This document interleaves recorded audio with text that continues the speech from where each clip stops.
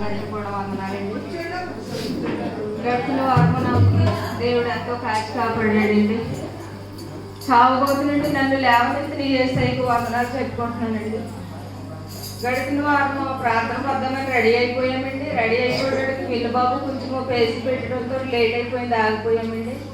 ఆ రోజుని ఇసుక మొత్తం పైన వాళ్ళకి తినబెట్టడానికి కూడా లేట్ అయిపోయిందండి. ఇంకా ప్రార్థనకు రాకుండా ఉండిపోయామండి. సర్లే ప్రార్థనకి ఎలాగ రాలేదు కదా, అన్నికి ఆపరేషన్ చేశారు, చూసి వచ్చేద్దామని అనుకున్నామండి. అనుకునేసరికి నేను రాను, పిల్లల్ని తీసుకుని వెళ్ళి చూసి వచ్చేయన్నానండి. సరే రెడీ అవుతున్నారు ఇంటాళ్ళలో. వెళ్ళి నాకు ఏమనిపించిందంటే, సర్లే ఎలాగ ఇంటి దగ్గర ఉన్నాం కదా, చూసి వచ్చేది వదిలిపోతే మళ్ళీ సోమవారం నుంచి పని మొదలు పెడతారు, ఇప్పటికే 10 రోజులు అయిపోయింది, ఏమనుకుంటారని నేను కూడా రెడీ అయిపోయానండి.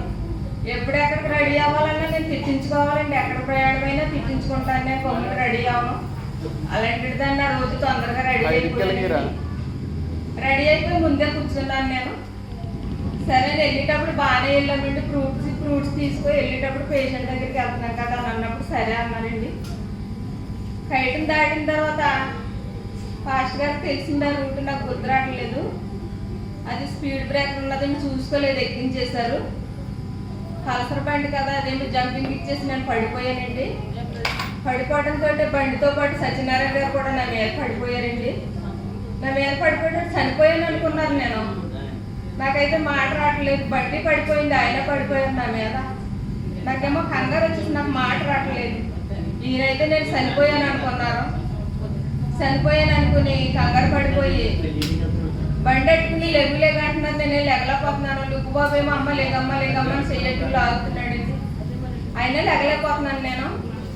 ఆ దారిని ఎవడో 2 కుర్రోళ్ళు వచ్చి బండి ఎట్టుకుని సరే నన్ను లేపి కూర్చోబెట్టారండి. కూర్చోబెట్టాక నాకేం తెలియట్లేదు, ఒళ్ళంతా తిమ్మిరొచ్చేసింది. నాకు ఎక్కడ తగిలిందో కూడా అయ్యమయం అయిపోయింది. నేను నిజంగా చచ్చిపోయింది అనుకున్నాడండి. సత్యనారాయణ చాలా కంగారు వచ్చేసింది.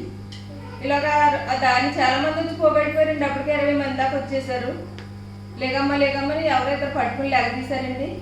లెగదీసి నుంచొని లేని పరిస్థితి వచ్చేసింది. నిలబడలేకపోతున్నాను, కూర్చోలేకపోతున్నాను.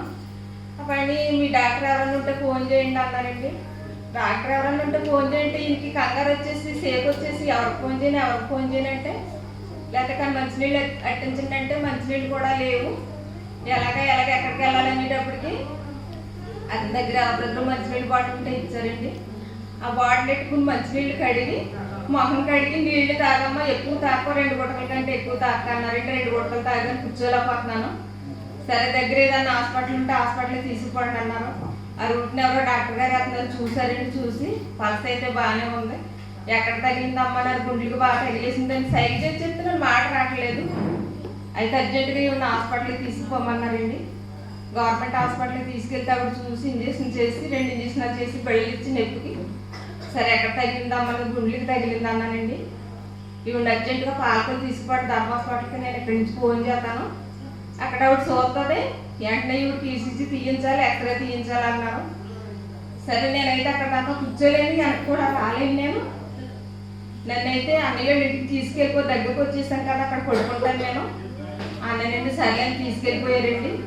తీసుకెళ్ళిపోతే అక్కడికి వెళ్ళేటప్పుడు కాళ్ళకి కంగారు పడిపోయారు. ఇదేంటి నన్ను సోదాకు వచ్చి నువ్వు పడిపోయావని. సరే పడుకోమన్నాను, పడుకోలేకపోతున్నాను, కూర్చోలేకపోతున్నాను. ఈయనకేమో మొత్తం మీద ఏది అయిపోయింది, దీనికని కంగారు పడుకుని వెళ్ళి బండి ఎక్కించి ఇంటికి తీసుకొచ్చేసారండి. ఇంటికి తీసుకొచ్చేసాక గంగాధర్ గారికి ఫోన్ చేస్తే ఫోన్ ఎత్తట్లేదు.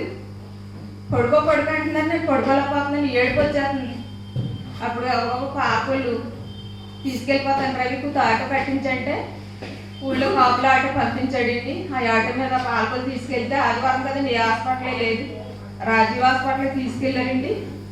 తీసుకెళ్ళడంతో ఆయన చూసి ఈసీజీ చేయించారండి. వెంటనే ఎక్స్రే తీయించమన్నారు, ఎక్స్రే తీయించారండి. ఎక్స్రే తీసిన హాస్పిటల్లో డాక్టర్ గారు లేకపోతే రిపోర్ట్ రాయలేదండి. ఆ ఎక్స్రే పట్టే చూపితే చూసి అన్నీ బాగానే ఉన్నాయి, రిపోర్ట్ వచ్చినాక నేను చెప్పలేమన్నారండి. తర్వాత రేపు సోమవారం కదా, రేపు రండి డాక్టర్ గారు ఉంటారు, రేపు ఆవిడ రావద్దులే, మీరు రండి, మీరు పట్టుకుని వస్తే చూస్తానన్నారండి. సత్యనారాయణ గారు పట్టుకుని వెళ్ళారండి. నొప్పి తగ్గడానికి ఏదో ట్యాబ్లెట్ ఇచ్చారండి, 5 రాసిచ్చి 5 ఇచ్చారు. తెచ్చుకున్నాము, వేసుకున్నాము. నైట్ అయితే నిద్ర పడతలేదు, పడుకోలేకపోతున్నాను, ఈ పక్క తిరగలేకపోతున్నాను, కూర్చోలేకపోతున్నాను, నిలబడలేకపోతున్నాను. చాలా బాధండి. ఈయనకేమో నమ్మకం కుదరలేదు. మళ్ళీ సోమవారం శాంతిద్ర హాస్పిటల్కి తీసుకెళ్ళారండి. తీసుకెళ్ళేసరికి అవి చూసి రిపోర్ట్లు అయితే బాగానే ఉన్నాయమ్మా, కాకపోతే కౌగు దెబ్బ బాగా తగిలేసింది. 7 వారాల దాకా ఉంటుంది, నొప్పి తగ్గదు, చాలా రెస్ట్ తీసుకోవాలన్నారండి. నేనైతే చనిపోయే పరిస్థితి అండి. అది బండి మీదడిపోయింది, ఆయన కూడా మీదడిపోయారు. చనిపోయింది అనుకున్నారంటే నేను కూడా నాకు అసలు ఏం తెలియదు. కానీ సత్యనారాయణ కానీ లుక్ బాబుకి కానీ చిన్న దెబ్బ కూడా తగలేదండి. బెళ్ళం తెచ్చుకున్న తర్వాత ఆయన పెట్టించారండి. ఆ ట్యాబ్లెట్లు వేసుకుంటున్నాను, కొంచెం నయం అనిపించిందండి. కనీసం బాటిల్ కూడా లేని నీళ్ళు తాగలేకపోతున్నానండి. ఇలా పై పెట్టుకుని తాగలేకపోతున్నాను. చేతితో కనీసం చెంపు కూడా తీయలేకపోతున్నాను. బాధ వచ్చేస్తుంది, కూర్చోలేకపోతున్నాను, నిలబడలేకపోతున్నాను. బాలింతరాలు ఇంట్లో ఉన్నదండి. బాలింతరాలకు ఎంత సేవ చేయాలో మీకు అందరికీ తెలుసు. ఆ పిల్ల వండి పెడుతుందండి, ఆ పిల్ల చేసి పెడుతుంది, పాప బిడ్డను చూసుకుంటే అలాగే చేసి పెడుతుంది. దేవుడు ఎంతగానో నన్ను నిలబెట్టి నన్ను ఎంతో కాపాడాడు.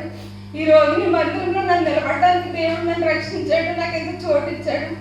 దయచేసి మీ అనుదిన ప్రార్థనలో నా కోసం, నా కుమార్తె కోసం ప్రార్థన చేద్దానండి. ఈ నొప్పులన్నీ తగ్గేలాగా కొంచెం మనిషిని కోలుకుని ఇలా ప్రార్థన చేద్దానండి.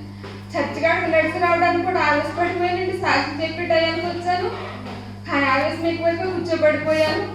కొంచెం లేకపోవడం, నడవలేకపోతున్నాను, కూర్చోలేకపోతున్నాను, పడుకోలేకపోతున్నాను. దయచేసి మీ కుటుంబ సభ్యులందరూ మీ అందరి ప్రార్థనలో జ్ఞాపకం చేసి నా కొరకు ప్రార్థనిస్తారని దేవుడి సాక్ష్యం నిలబెట్టుకున్నందుకు దేవుని వందనాలు చెల్లించుకుంటూ సాక్షి దేవుడి ఇంట్లో ఆశీర్వదించి దీవించను గాక. ఆమేన్.